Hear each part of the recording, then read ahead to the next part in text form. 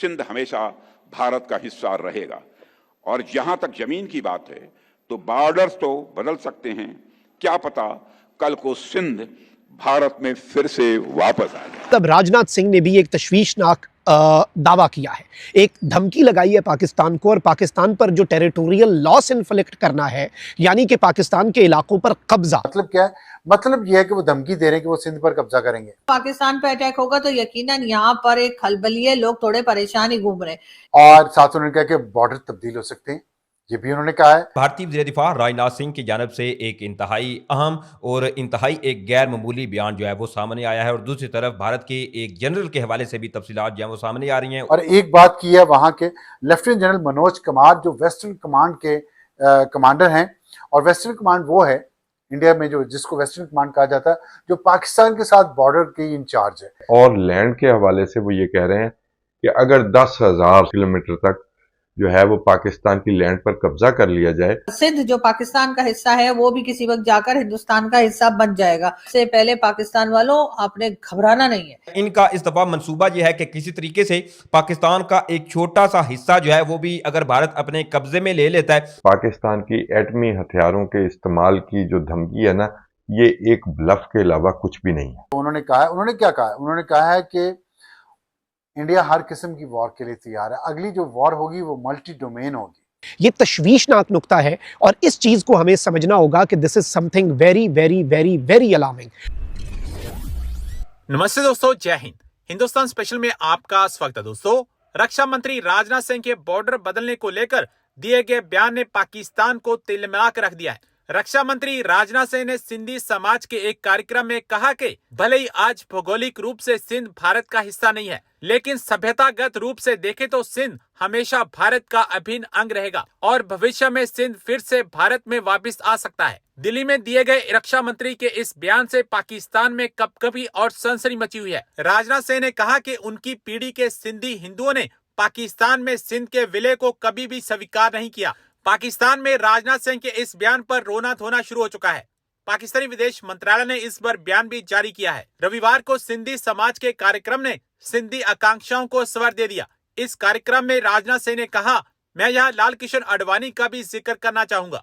उन्होंने अपनी एक किताब में लिखा है कि सिंधी हिंदू, खासकर उनकी पीढ़ी के हिंदू, अभी भी सिंध को भारत से अलग करने को स्वीकार नहीं कर पाए। नाज़रीन किराम, कुछ इंतहाई अहम तरीन और तशवीशनाक डेवलपमेंट्स हैं। दो बड़ी अपडेट्स हैं जो आपके सामने रखनी है।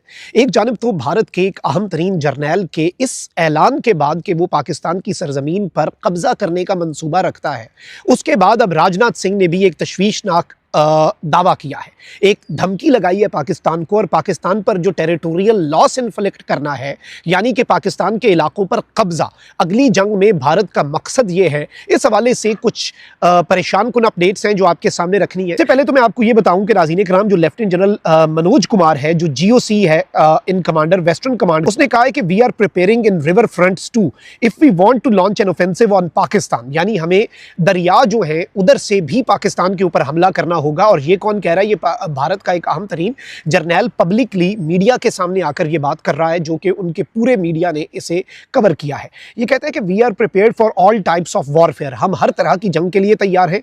Victory will be achieved on the ground, victory जो है वो मैदान पे होगी। Pakistan will not accept that we have won until we capture the land, so all domains are important. ये कहता है कि भाई पाकिस्तान उस वक्त तक ये नहीं मानेगा कि हम जीते हैं जब तक हम पाकिस्तान के किसी इलाके पर कब्जा करके वहां पर भारतीय परचम नहीं लहरा देते।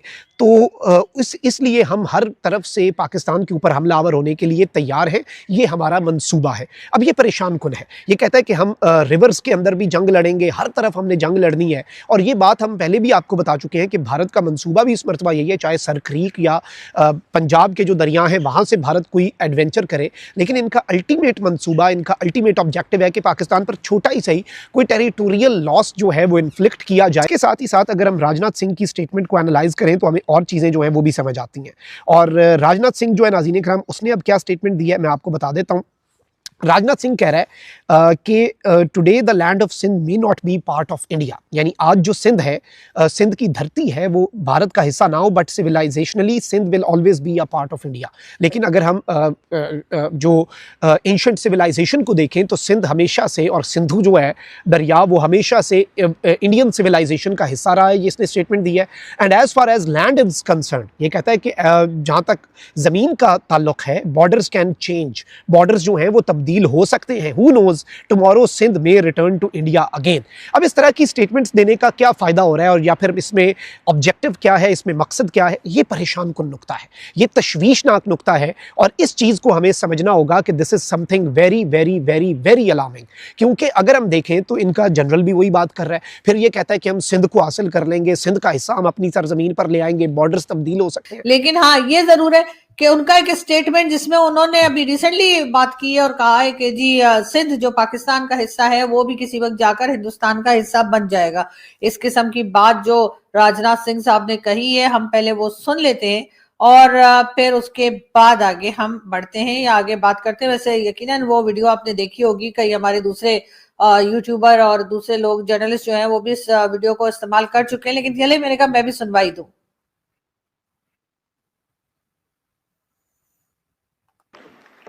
आज सिंध की भूमि, मेरे बहनों भाइयों, यह भारत का हिस्सा भले ही न हो, लेकिन सभ्यतागत रूप से सिंध हमेशा भारत का हिस्सा रहेगा। और जहां तक जमीन की बात है तो बॉर्डर्स तो बदल सकते हैं, क्या पता कल को सिंध भारत में फिर से वापस आ जाए। जी, तो ये थे राजनाथ सिंह साहब जो कह रहे थे कि क्या पता कल को सिंध वापस भारत में आ जाए।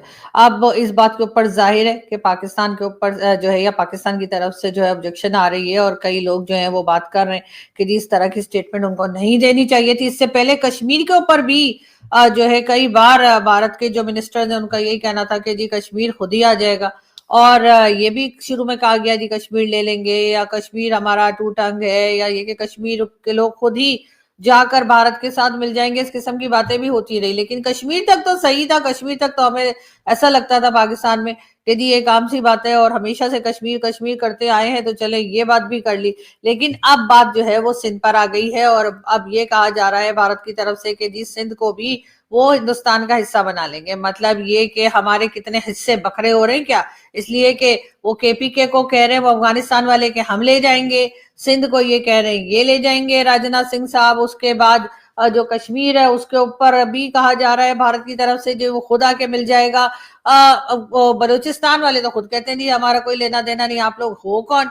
और रह गया क्या पंजाब, तो बस पंजाब ही रह गया। तो मुझे समझ में नहीं आ रहा कि आखिर चल क्या रहा है। लेकिन हाँ ये जरूर है कि यहाँ पर सबसे पहले पाकिस्तान वालों आपने घबराना नहीं। भारत से भी इस तरह का जवाब आपको या सवाल या जो भी कहिए बात सुनने को मिल सकती है।